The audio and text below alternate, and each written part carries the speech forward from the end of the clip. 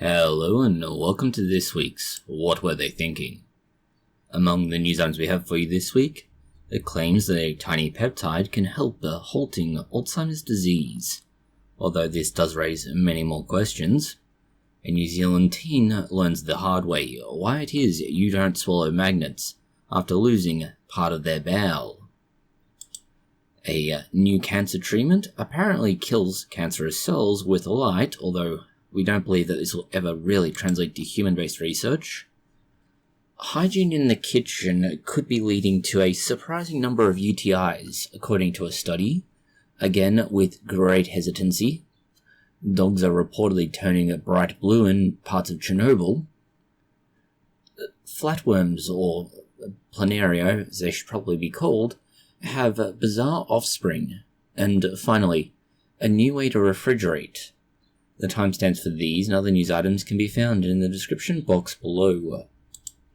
We'll start with tiny peptides to solve Parkinson's disease. Not because Parkinson's disease is actually as big a concern as some might make it out to be.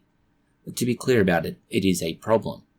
But Parkinson's disease remains a relatively low-level condition. It's just that there are lots more people who can now have it. Therefore, the base rate has gone up, even if the proportion has not.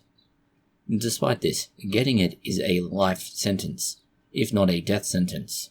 This is where the University of Bath in the UK has found that the basic model of Parkinson's disease could be solved using a peptide.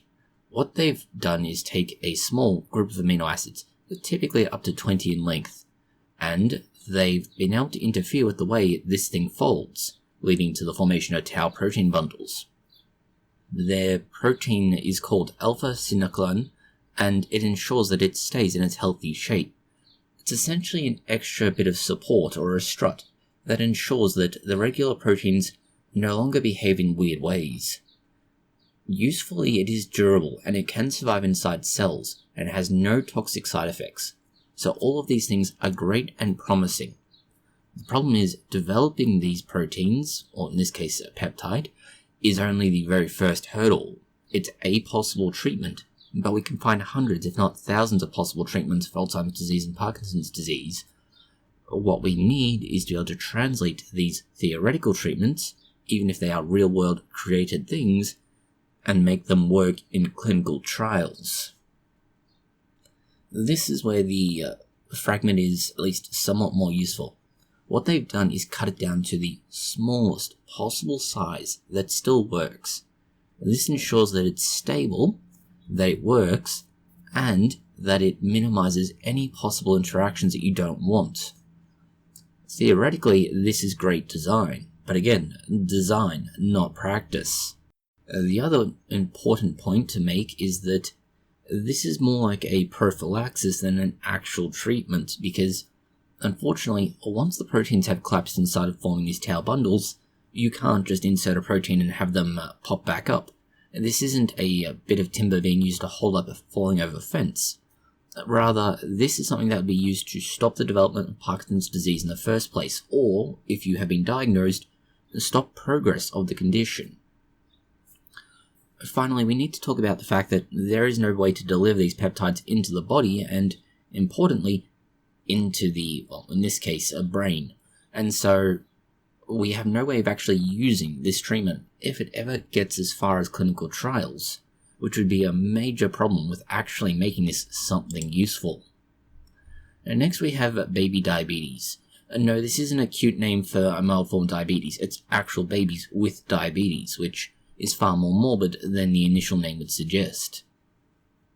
What they found is that there is a single gene that is apparently responsible for what is considered a rare form of diabetes, unique to newborn babies. What happens is the TMEM1678 gene, which is also known to affect neuron function, is disabled, and unfortunately that leads to the death of insulin-producing cells. No insulin, no glucose uptake, no glucose utilization means ketoacidosis. Ketoacidosis means death, at least in the case of a newborn. This means that we would have to rely on generating insulin-producing cells from stem cells. And importantly, it also tells us some of the genes that are responsible for why this is happening, especially if we're talking about babies or infants. Where things get, let's say, more interesting is that they're only using 6 babies, which is a really small sample, and we'd argue practically useless. However, it does get a little bit worse for the researchers, as there's a lot more going on than just neonatal diabetes. The babies also had microcephaly, or small heads, before 6 months of age, and 5 of the 6 also had epilepsy. Now, this does support their argument that the gene responsible for neonatal diabetes in this case is also somewhat responsible for neuron function, but it also indicates that there's a lot more going on than just, oh, it causes diabetes, which means you have to now account for a whole bunch of confounding variables. On top of all of this, it doesn't actually provide a treatment just yet. Theoretically, genetic engineering or genetic modification of the babies would be able to solve the issue. That's certainly an option. But nonetheless, it's sort of a, hey look, we found the problem, now we need to figure out how to fix it scenario. Going over to New Zealand. New Zealand is basically Australia's Florida, and a New Zealand teen has proven this after swallowing nearly 200 magnets, and now has had a large portion of their bowel removed. Of course, it was a 13-year-old boy because it had to be someone young, dumb, and most likely a male as a consequence. The surgery removed a large part of his bowel because these were high-powered magnets, probably neodymiums, but there are a few different options. The teen was admitted to hospital with abdominal pain, and frankly, he probably would have been better off just admitting, hey, I've swallowed about 100 neodymium magnets roughly a week before, now I can't poop and my stomach hurts. Turns out though that 100 was an understatement, it was closer to twice that. The reason this is a problem is how and where they got stuck. As you can see, there are 4 distinct chains forming from these magnets. And what they found was that they had blocked one very specific structure, the part of the small bowel, that effectively links the small intestine and the large intestine. And by doing this, they're able to prevent any kind of movement through there. But also, unfortunately, due to the nature of what these magnets do, they attract to each other, they did so through the bowel, meaning that the bowel ended up being pulled together in places that caused blockages of both the bowel itself, causing several patches of tissue to die, and preventing blood flow. So this is not great. Now, the surgeons were basically forced to remove part of his bowel, and, well, it's okay. He won't die from this. He may have some slight issues as a consequence, but overall, he should be okay. The, let's say, argument from the doctors is that they come as brightly coloured small balls, making them attractive for children to swallow. A 13-year-old's not a child, but sure. And as a result, and of their wide marketing, the probability of this happening goes up significantly. Also, the team never explained why he did this, which is a concern. Further, New Zealand actually banned the rare earth kind of magnet, the more powerful kind, and instead only allows the sale of what are effectively ferrous-based magnets. And therein lies the problem. These were apparently bought online from the typical candidates, and as a result, well, that's how the kid got them, despite legally not being able to access these kinds of magnets, at least officially. And going on to not-so-case studies, we have boosting natural killer cells, and theoretically, the use of this to increase the efficacy of what is called off-the-shelf cancer immunotherapy. In short, being able to use natural killer cells is going to make it that much easier to deliver most of the required things that the body does in dealing with, effectively, the cancerous cells that are hiding from the immune system. Cancer is, let's say, able to develop and grow in the human body for a simple reason. The cancer cells are able to mimic the necessary flags, the antigens that tell the immune system, hey, I'm normal, leave me alone, long enough that they can multiply and get to a size and population that even if the immune system takes off one or two every now and then, it doesn't really matter. It's the same sort of approach that, say, ancient humans had with children. Sure, we may not have medicine, but if we have enough kids, it doesn't really matter if nature kills off one or two every now and then. This is where the genetically modified natural killer cells Specifically, what they're calling chimeric antigen receptor natural killer cells is able to better, let's say, identify cancerous cells, target them, and then start not only killing them, which then opens up the rest of the immune system to attack them, but importantly, it means they're able to more effectively deliver medications and use what is already available, both in the human body and in with oncology treatment circles. The benefits of using this approach is that what you really need is just plasma. Specifically, you need the natural killer cells within the plasma from blood donors. You can take these and then you can effectively inject them into somebody who has cancer, and then they will begin to attack these cells, with the massive caveat that it can cause an autoimmune reaction of sorts. Essentially, the human body recognizes that there are foreign cells that are helping it, but foreign cells, it begins to attack them, and then starts to attack its own cells as a result of what is essentially collateral damage, and then that collateral damage escalates. But, so long as there's not an immune reaction like that, you don't get an autoimmune condition. This is where the modification of these natural killer cells comes into play. They're effectively removing those antigens that would allow them to be identified by the immune system, thereby avoiding that immunological cascade leading to autoimmune disease. And they still attack cancer cells. However, with all of that said, we should point out that the entirety of this is based on rodent models, and rodent models don't translate to human research all that well. In related cancer, we don't have news on furries, vegans, or some sort of nonsense that's political. Instead, we have another treatment, and this one uses light, which does actually sound like nonsense. Is in essence a sophisticated heat beam which we called a laser.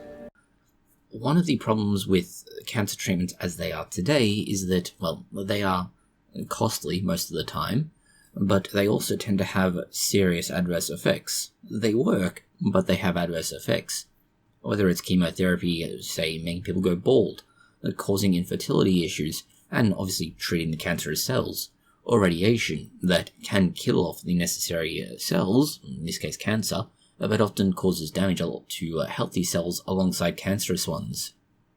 And this is where the use of light is considered to be a new possibility.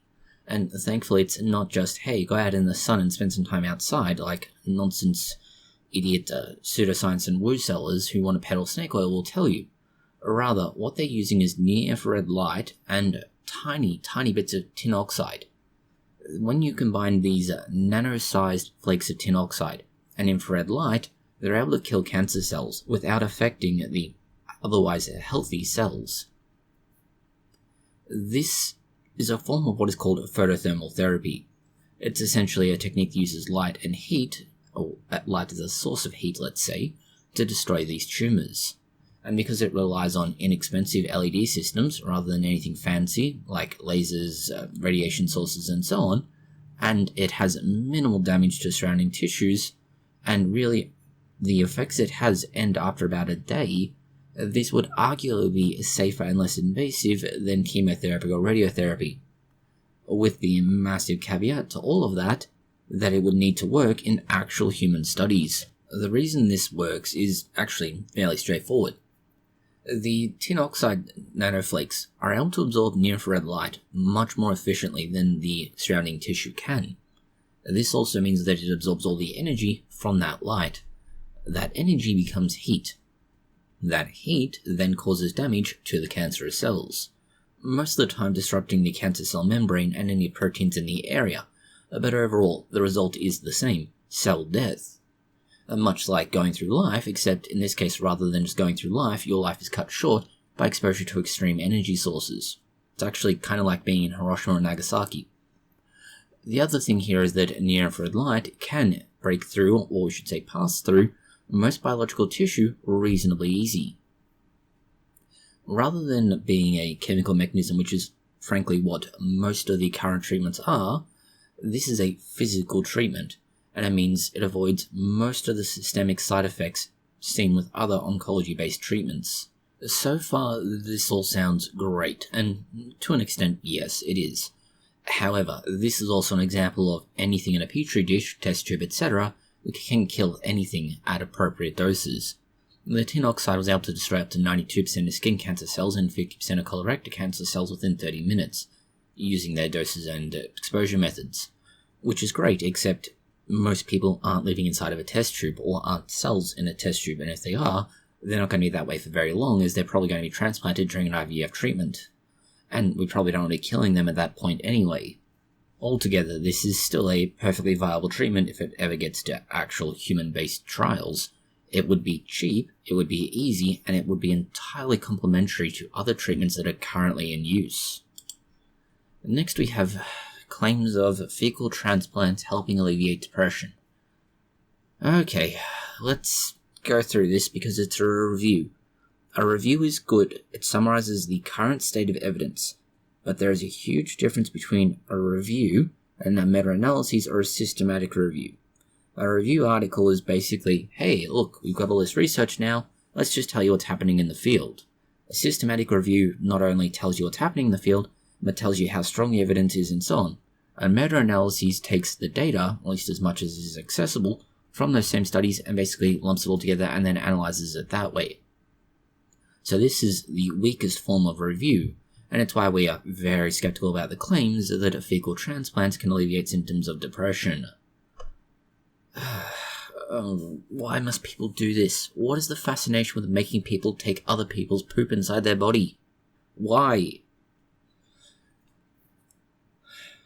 The researchers looked at 12 randomized trials. They involved about 680 people, which is nowhere near enough to draw anything conclusive from, but sure.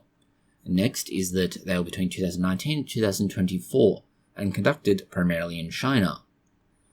Okay, this is already some big red flags. The time frame's okay, it's not great, but that's okay. But the Chinese research, if you look at the rate of Chinese research, the amount of both simultaneous retractions relative to the amount that's produced, and the relative dearth of negative results that come out of China raises some pretty big flags. The fact that there's also research taking place in the US, Australia, Canada, and Finland doesn't actually change a lot. The claim is that the microbial transplants or fecal transplants, whatever you wish to call them, helps to restore the healthy ecosystem of microbes in our GI tract. This can be a consequence of illness, medication, diet, all sorts of things. Which, okay, fine. But, well, that doesn't really mean much. You could theoretically just wait a little bit of time after consuming a reasonably balanced diet and everything else, and that same population would populate itself, rather than relying on the temporary improvement of getting someone else's poop in your body, because you would still need to supply them with everything they need from your diet and lifestyle that wouldn't cause them harm. The other thing is, even the researchers themselves point out that there's some pretty big weaknesses in their own review. Just about all of the studies followed the patients between 2 weeks and 12 months, which means that we're talking somewhere between absolutely useless data and, hey, maybe there's something here, but we don't actually know. And of course, whether or not you needed 1 dose, 2 doses, and more. There's a lot of unanswered questions that they're reaching to produce the claim that they are, because without those answers, saying what they're saying really isn't substantiated. And to then claim, hey, look, it helps with depression, it's probably some kind of false hope that would lead to people self-deleting because they still feel bad after getting what is considered the silver bullet of treatment and that they are untreatable, or some such bullshit. Next we go on to people developing their own UTIs because they have poor hygiene in the kitchen. Alrighty, then we're just going to be right in the midst of all the mess in this video.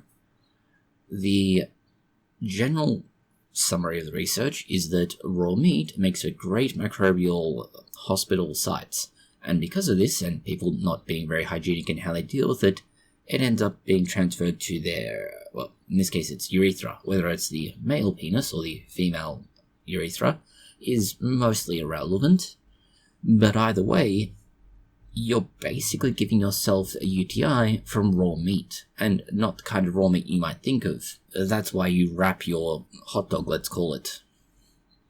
The other association they found, which is marginally more useful, but not all that much more useful, was that specific geographical areas had higher correlations and associations. That is, people living in low-income neighborhoods had 60% higher income of foodborne UTIs compared to those in wealthier locations. Which is a rather disconcerting thing. The idea that in this case, the chance of getting a UTI could be entirely down to where you live is terrifying, because some places have really alarming microbial organisms. Thankfully, most of these infections are not based on the most exciting and exotic of microbial organisms, instead basically being E. coli. But still, not great. The research is based over a 4-year period and has about 5,700 E. coli samples taken. They found that about 20% of these infections are from strains associated with food or animal origins, which does raise some questions if, say, for example, these people have been down in Mexico. Contamination rates were generally highest among poultry products, mostly turkey, which means people around Thanksgiving, in America at least, are likely to experience a severe rise in STIs, but for the rest of the world it's probably going to be other major holiday events. Then again, the work is based in California, and, California has its own unique problems that may or may not confound these results.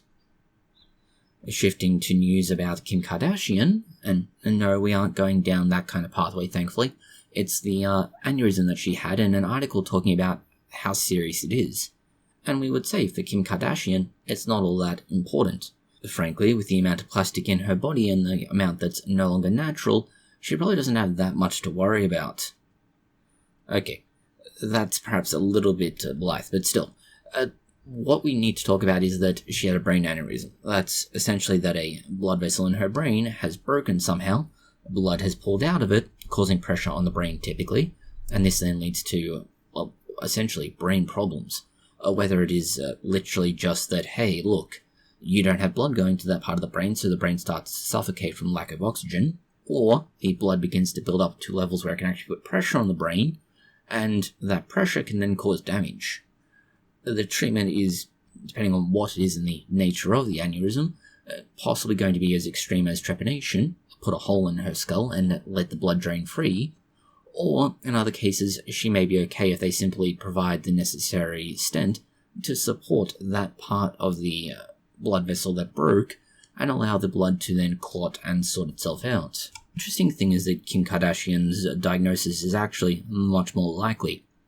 Females are significantly more likely to have an aneurysm than men, or males if you will. It's about 60% more common, and this increases notably after menopause.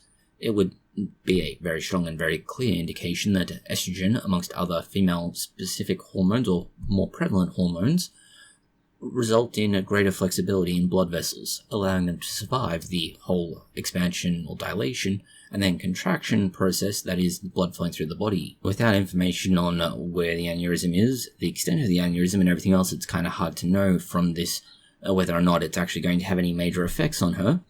Probably not, given that it's been fairly publicly announced, and also importantly, the fact that it may not even be a serious condition to start with. A lot of people actually have minor aneurysms that they live with without any big problems.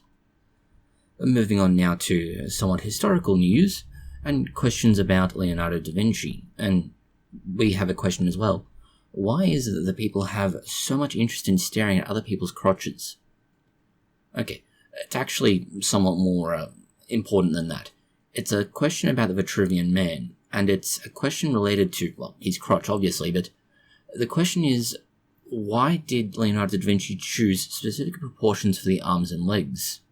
The research itself is more accurate to say, research, we're being a little bit generous there, but still, based on actually the navel rather than the crotch. And what it does is if you take your legs and you stretch them out and you measure essentially the sides or the ratios, you get a ratio of approximately 1.64, and this goes from the navel down to the feet.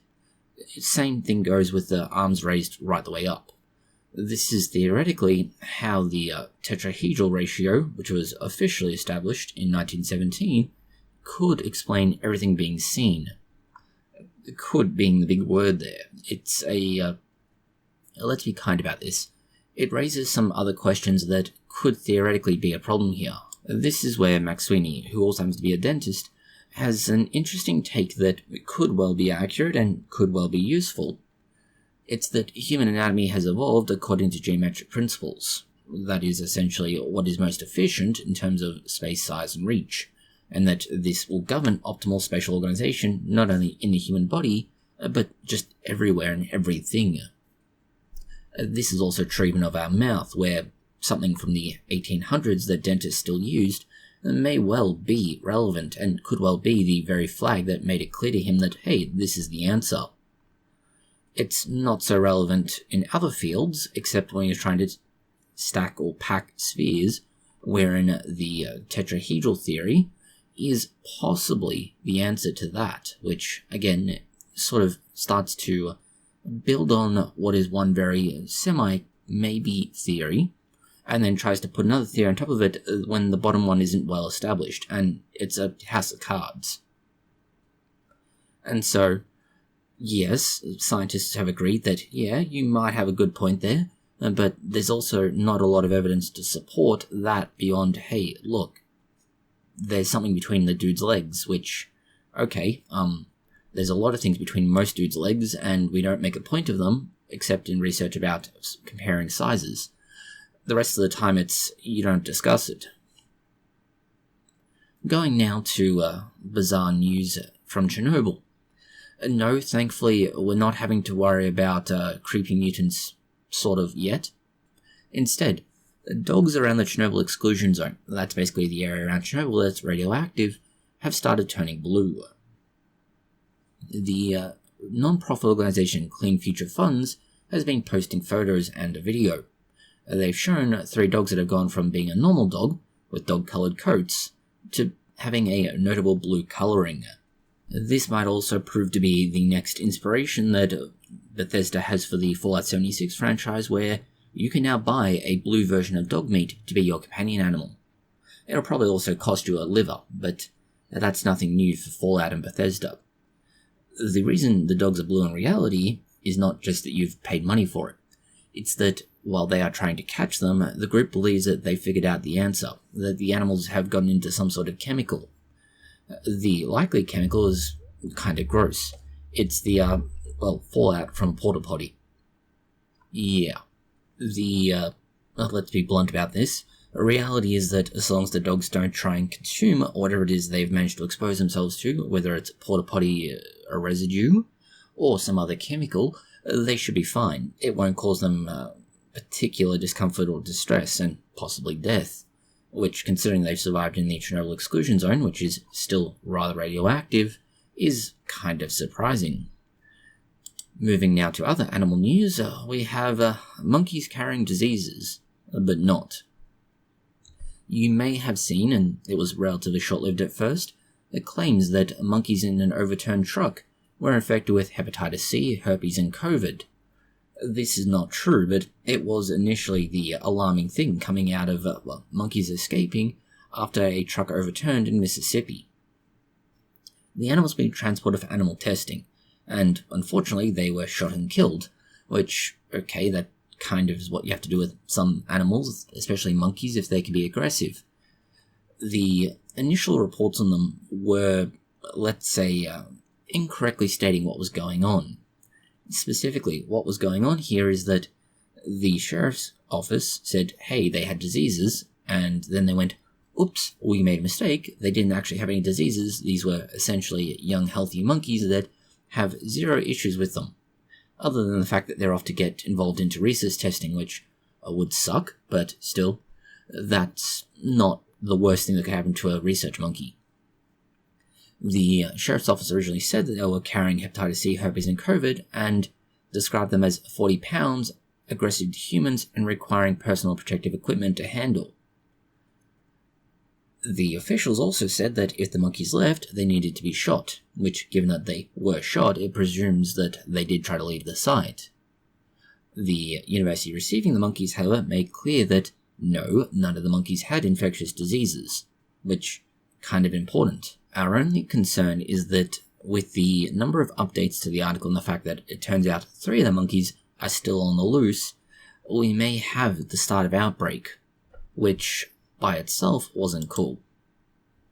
Going to other sort of animal news, but microscopic news, we have planaria, and specifically flatworms. Flatworms are weird enough as it is, but they get weirder. Their offspring have what is effectively a bizarre thing where they grow heads on each end of their body. Yeah. This is one of the weird features of flatworms. Theoretically, if you take a flatworm and you chop it in half, it will start making 2 flatworms as each of them starts growing back. But that's only the start of their weirdness. The further things go is that, they have, let's be blunt about this. The research into this has found that an electrical current will tell you, essentially, what part of it will form the head and what part will form the tail, which means you can theoretically create a 2-headed or 2-tailed flatworm. Males already have 2 heads, and they're often in conflict as it is, and one of those heads is very limited in its capacity to do anything but think of sex. The other head is used for sex. Despite this, they barely function, and yet flatworms have 2 heads, and sometimes 2 tails. This is where the weird Warsaw-based research is basically talking about what happens when they start effectively cloning themselves. What they've done is take what is effectively a flatworm, cut it in half, and create these weird 2-headed mutants. And we call them mutants because there's really no other suitable word for it. The researchers were able to not just create weird mutants, but weird mutants that have the head and tail ends of the flatworm flipped around. Imagine if you had your head where your ass was. Your body would not function. Admittedly, you aren't a flatworm, but still, there's a good reason why this is such a weird phenomena. Partly because, funky research, but also really relevant to regenerative medicine in that we can look at how the hell a flatworm can literally put its head where its ass should be, and its ass where its head should be, and still work reasonably well. In fact, we go so far as to say they work perfectly fine. Going now to sort of nature, but also sort of agriculture and technology news. We're not quite sure what to call this. Creating a working computer memory out of shiitake mushrooms. We don't just mean, say for example, growing it or forming it, but no, we mean actually using fungal mycelium to store information that allows for not only the storage, but the recovery of information. Shitake mushrooms are a fairly popular mushroom variety that are grown for mostly food. However, it would appear that at least somebody's decided, if we can make crabs run Doom and potatoes power things, what if we go in between? Can we use mushrooms, fungi in this case, to store and retrieve information? And the answer is yes. The second question is, why? This is where things get kind of funky. What they've made is what's called a memristor, a circuitry that remembers their past electrical state. Unlike silicon or titanium dioxide forms, this is obviously made out of mushroom mycelia, or fungal mycelia, and the performance is comparable to that of silicon-based chips, which, depending on the scale we're talking about, means it could be a very low-cost, scalable, and environmentally friendly way to, let's say store various data. But the important thing is that, to be blunt about this, shiitake mushrooms have a limited lifespan. We don't mean that in terms of the mushrooms themselves in your fridge. We mean the mycelia and the way they work and the media they grow in. They reach a certain point where there's no more room in the media for the shiitake mushroom mycelia to grow. At that point, it essentially starts dying off, meaning that you no longer have that memory storage because the memory is dead. It does, however, raise some very interesting and very practical ways to use it for what is temporary memory, essentially the equivalent of RAM, random access memory for your computer, something that only needs to be temporarily stored. The researchers believe that it's able to develop a microchip that can mimic actual neural activity. It's low power, and it's only really using it when the machine is running. Because of all this, it would be a very cheap, very easy, and very practical solution to, say, large AI models, wherein most of the time you're not actually storing a lot of information permanently for the AI system. Somebody lodges an inquiry into your computer, your system, and says, can you make me this picture, or can you tell me what this is, or whatever else they're after, and then it's gone. You don't need to keep it. This is one thing that would also help, but to an extent, with exploring various brain developments over time, and not just in terms of the human brain, but evolution of the brain, and various things like, say, synapses, junctions between neurons that allow the flow of information. Of course, using mushrooms as part of a computer would be, let's say, a challenge, but not an insurmountable challenge. With what is effectively now a lab-made version of this, which is typically very early in its development, it's running at a speed of about 5,850 Hz and an accuracy of about 90%. Understand that on an individual basis, this is nowhere near DDR4 or similar, even DDR3, which is perhaps the more common at the moment, mostly because that's operating at somewhere in the range of 800 to 1,600 MHz. A megahertz is basically 1,000 Hz, and, well, as we mentioned, these are operating at speeds of about 5,800 or so, which is somewhere around 1/1000th of what you need, but also it has relatively few wear parts or so. The other catch to this is that, well, it switches relatively slow at about 170 microseconds or so. Now, this is honestly slow, not as slow as, say, the slowest options, which operate at about twice that speed, so roughly 390-ish microseconds, but still, it's slow enough that you would notice it if we're talking about this on a individual computer scale. On a server farm scale, not so much. Finally, we have new ways to refrigerate your stuff. We don't mean as in a new form of refrigerator, rather it's a development on the technology used in refrigerators, which, if it works for those, would probably have some efficacy in, say, air conditioning units or reverse cycle air conditioning, which is more useful in parts of the world other than Europe for some reason.